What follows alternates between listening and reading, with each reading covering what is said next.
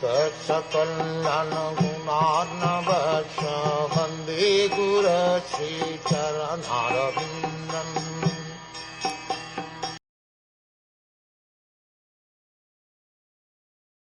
At the time of dissolution, Lord Shiva's hair is scattered, and he pierces the rulers of the different directions with his trident. He laughs and dances proudly, scattering their hands like flags as thunder scatters the clouds all over the world. Prasuti, who appreciated the power and strength of her son-in-law, Lord Shiva, is describing what he does at the time of dissolution. This description indicates that the strength of Lord Shiva is so great that Daksha's power could not be set in comparison to it. At the time of dissolution, Lord Shiva, with his trident in hand, dances over the rulers of the different planets, and his hair is scattered, just as the clouds are scattered over all directions, in order to plunge the different planets into incessant torrents of rain.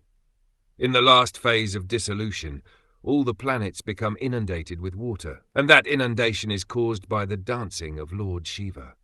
This dance is called the Pralaya dance, or dance of dissolution. Prasuti could understand that the dangers ahead resulted not only from Daksha's having neglected her daughter, but also because of his neglecting the prestige and honor of Lord Shiva.